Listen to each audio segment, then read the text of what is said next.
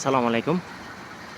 আমি আপনাদেরকে আজকে একটি ভিডিও দেখাবো, যেটা হলো যে বর্তমান পরিস্থিতিতে বাংলাদেশের যে আবহাওয়া, সে আবহাওয়ার পোলট্রি মুরগি লালন পালন একেবারেই আপনার এই আবহাওয়ার বাইরে চলে গেছে আর কি। মানে যারা ক্ষুদ্র খামারে আছে তাদের সাধ্যের বাইরে চলে গেছে। আমি আপনাদেরকে একটি ভিডিও দেখাবো যে একটা আপনার অ্যানালগ একটা ফার্ম, এটাই সর্বোচ্চ চেষ্টা করেছে তারা। দেখেন আপনি, আমি প্রথম থেকে আপনাদের দেখাচ্ছি। দেখেন উপরে তারা আপনার স্প্রিংকল লাগাইছেন, যদিও গড়টা একবার মাচার উপর। আমি ঘরের ভিতরে গিয়েছি, অনবরত সারা দিন আপনার ছিল এরকম।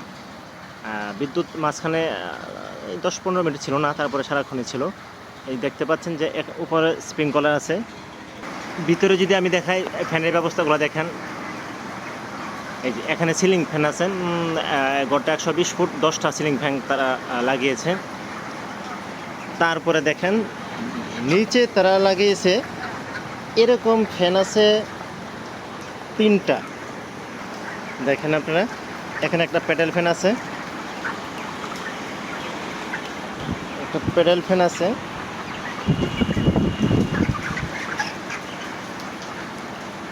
একটা প্লাস্টিক ফ্যান। দেখেন আরও একটা প্লাস্টিক ফ্যান। অর্থাৎ সর্বোচ্চ চেষ্টা তারা স্ট্রোক ফেরানোর জন্য সর্বোচ্চ চেষ্টা করেছে। আমি আপনাদের দেখাচ্ছি কতগুলো পর্ব দেখেন তারা করেছে। এই যে এক ধরনের ফ্যান, এই একটা ফ্যান নিজেদের হাতে তারা বানিয়ে নিয়েছেন ফ্যানটা। এই একটা ফ্যান করেছে, এখানে বড় সাইজের আরও একটি ফ্যান। এই যে দেখেন পুরো ঘরটাকে তারা মোটামুটি শীতাতপ নিয়ন্ত্রিত মতন করে ফেলছে, তারপরেও স্ট্রোক ফেরাতে পারছে না। সর্বশেষ পরিস্থিতি দেখেন, এই যে দেখেন, এই যে মুরগিকে তারা এই যে স্প্রে করে দিচ্ছে। কতবার স্প্রে করছে আজকে সারাদিনে? 5-6 বার। তারপরে দেখেন প্রতি ঘন্টায় 12টা থেকে এখন 4:30 বাজে, 4:30টার মধ্যে 5-6 বার অলরেডি স্প্রে করে দিয়েছে। তা আজকে সম্ভবত আমার জানা মতে কটা মরছে? একটা না, আজকে একটা মারা গেছে। এখন বাজে 4:30। তো এটা প্রায় সকালে মারা গেছিলো।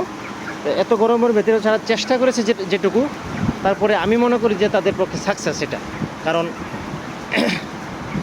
একটা অ্যানালগ ফার্মে আমি এর চেয়ে বেশি কেউ মানে ঠান্ডা নিয়ন্ত্রণ করার জন্য, গরমটা নিয়ন্ত্রণ করার জন্য এর চেয়ে বেশি প্রস্তুতি কেউ নিচ্ছে কিনা আমার সন্দেহ আছে।